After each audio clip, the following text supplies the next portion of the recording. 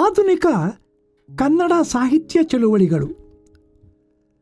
ಕನ್ನಡ ಸಾಹಿತ್ಯ ಚರಿತ್ರೆಯಲ್ಲಿ ಹೊಸಗನ್ನಡ ಅಥವಾ ಆಧುನಿಕ ಕನ್ನಡ ಸಾಹಿತ್ಯದ ಕಳೆದ 8 ದಶಕಗಳ ಕಾಲಮಾನವು ಅತ್ಯಂತ ಚಲನಶೀಲವೂ ವೈವಿಧ್ಯಮಯವೂ ಆದ ಒಂದು ಸಾಹಿತ್ಯ ಸಂದರ್ಭವಾಗಿದೆ. ಸುಮಾರು 1000 ವರ್ಷಗಳಷ್ಟು ಸುದೀರ್ಘವಾದ ಪ್ರಾಚೀನ ಕನ್ನಡ ಸಾಹಿತ್ಯ ಪರಂಪರೆಯಲ್ಲಿ ಸಾಹಿತ್ಯವು ಪಡೆದುಕೊಂಡ ಕೆಲವೇ ತಿರುವುಗಳಿಗೆ ಹಾಗೂ ಅದರ ಮಂದಗತಿಗೆ ಹೋಲಿಸಿದರೆ ಆಧುನಿಕ ಕನ್ನಡ ಸಾಹಿತ್ಯದ ವೇಗ ಮತ್ತು ಅದಕ್ಕೆ ಕಾರಣವಾದ ಸಾಹಿತ್ಯ ಚಳುವಳಿಗಳ ಸ್ವರೂಪವು ಬೆರಗು ಹುಟ್ಟಿಸುವಂಥದ್ದಾಗಿದೆ. ಈ ಕಾಲಮಾನದಲ್ಲಿ ಅಧ್ಯಯನದ ದೃಷ್ಟಿಯಿಂದ ಗುರುತಿಸಬಹುದಾದ 4 ಚಳುವಳಿಗಳಾದ ನವೋದಯ, ಪ್ರಗತಿಶೀಲ, ನವ್ಯ, ದಲಿತ ಬಂಡಾಯ ಚಳುವಳಿಗಳೆಂದು ಇವು ನಿರ್ದೇಶಿತವಾಗಿವೆ.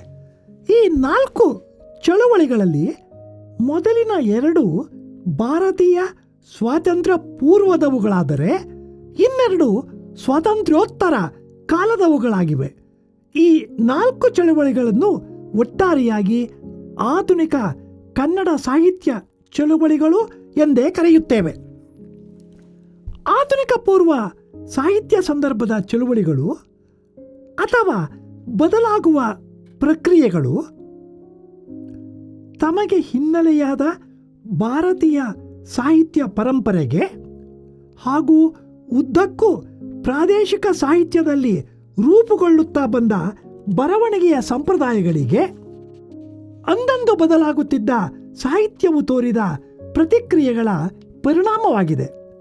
ಆದರೆ ಹೊಸಗನ್ನಡದ ಈ 4 ಚಳುವಳಿಗಳು ಮುಖ್ಯವಾಗಿ ಪಶ್ಚಿಮದ ಸಾಹಿತ್ಯ ಪ್ರೇರಣೆಗಳಿಗೆ, ತಮ್ಮ ಕಾಲಮಾನದ ಸಾಂಸ್ಕೃತಿಕ ಒತ್ತಡಗಳಿಗೆ ಅನುಸಾರವಾಗಿ ಕನ್ನಡದ ಸೃಜನಾತ್ಮಕ ಪ್ರತಿಭೆಯು ತೋರಿದ ಪ್ರತಿಕ್ರಿಯೆಗಳ ಫಲವಾಗಿವೆ. ನವೋದಯ ಚಳುವಳಿಯ ಹಿಂದೆ ಪಶ್ಚಿಮದ ರೊಮ್ಯಾಂಟಿಕ್ ಕಾವ್ಯ ಸಂಪ್ರದಾಯವೂ,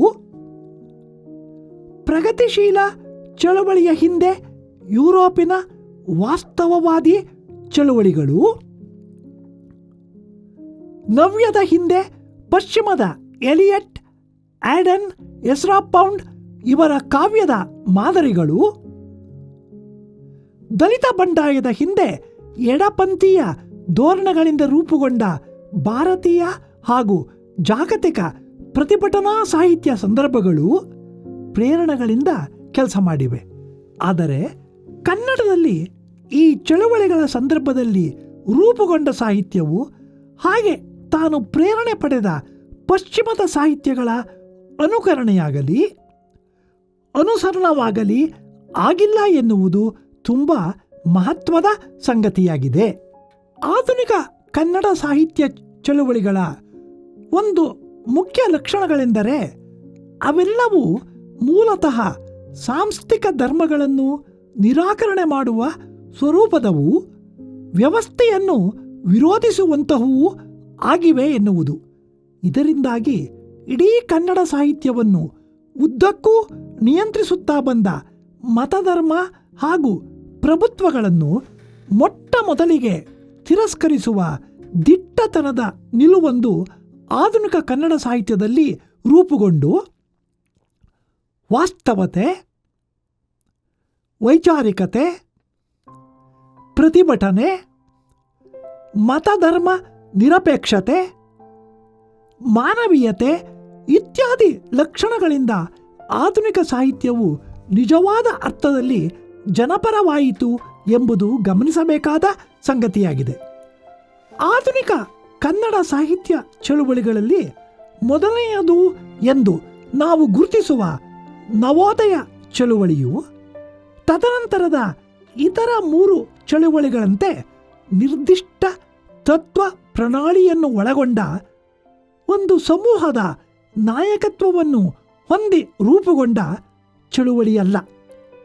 ಅದು ಮೂಲತಃ ವಸಾಹತುಶಾಹಿ ಸಂದರ್ಭದಲ್ಲಿ ಬ್ರಿಟಿಷರ ಪ್ರಭುತ್ವಕ್ಕೆ ಒಳಗಾದ ಭಾರತದ ಪರಿಸರದಲ್ಲಿ ಇಂಗ್ಲಿಷ್ ಶಿಕ್ಷಣದ ಮೂಲಕ ನುಗ್ಗಿ ಬಂದ ಪಾಶ್ಚಿಮಾತ್ಯ ಪ್ರಭಾವಗಳ ಕಾರಣದಿಂದ ಉಂಟಾದ ಭಾರತೀಯ ಪುನರುಜ್ಜೀವನದ ಒಂದು ಭಾಗವಾಗಿದೆ. ಈ ಭಾರತೀಯ ಪುನರುಜ್ಜೀವನ ಎನ್ನುವುದು ಪಶ್ಚಿಮದ ಬಹುಮುಖಿಯಾದ ಪ್ರಭಾವ ಪ್ರೇರಣೆಗಳಿಗೂ ಭಾರತೀಯ ಪರಂಪರೆಯ ವಿಚಾರಧಾರೆಗಳಿಗೂ ನಡೆದ ಸಂಘರ್ಷದ ಪರಿಣಾಮವಾಗಿದೆ. ಇದರಿಂದಾಗಿ ಭಾರತೀಯ ಪುನರುಜ್ಜೀವನ ಎನ್ನುವುದು ಭಾರತದ ಸಾಮಾಜಿಕ, ರಾಜಕೀಯ, ಧಾರ್ಮಿಕ ಹಾಗೂ ಸಾಹಿತ್ಯಕ ವಲಯಗಳಲ್ಲಿ ಉಂಟಾದ ಹೊಸ ಎಚ್ಚರಗಳನ್ನು, ಬದಲಾವಣೆಗಳನ್ನು ಸೂಚಿಸುತ್ತದೆ. ಸಾಹಿತ್ಯದ ಮಟ್ಟಿಗೆ ಹೇಳುವುದಾದರೆ ಈ ಕಾಲದಲ್ಲಿ ಪಶ್ಚಿಮದ, ಅದರಲ್ಲಿಯೂ ಇಂಗ್ಲಿಷ್ ರೊಮ್ಯಾಂಟಿಕ್ ಕವಿಗಳ ಪ್ರೇರಣೆಯಿಂದ ಭಾರತದ ವಿವಿಧ ಪ್ರಾದೇಶಿಕ ಭಾಷಾ ಸಾಹಿತ್ಯಗಳು ತಮ್ಮೊಳಗಿನ ಸಾಂಸ್ಕೃತಿಕ ಸತ್ವಕ್ಕೆ ಅನುಗುಣವಾಗಿ ಒಂದು ಬಗೆಯ ಪುನರುಜ್ಜೀವನವನ್ನು ಪಡೆದುಕೊಂಡವು. ಹಾಗೆ ಪುನರುಜ್ಜೀವನಕ್ಕೆ ಒಳಗಾದ ಸಾಹಿತ್ಯಗಳಲ್ಲಿ ಕನ್ನಡವೂ ಒಂದು. ಮತ್ತು ಈ ಸಂದರ್ಭದ ಸಾಹಿತ್ಯದ ಬದಲಾವಣೆಗೆ ಕಾರಣವಾದ ಸಾಹಿತ್ಯದ ಧೋರಣೆಗಳನ್ನು ಈ ದಿನ ನಾವು ನವೋದಯ ಚಳುವಳಿಯ ಲಕ್ಷಣಗಳೆಂದು ಗುರುತಿಸುತ್ತೇವೆ.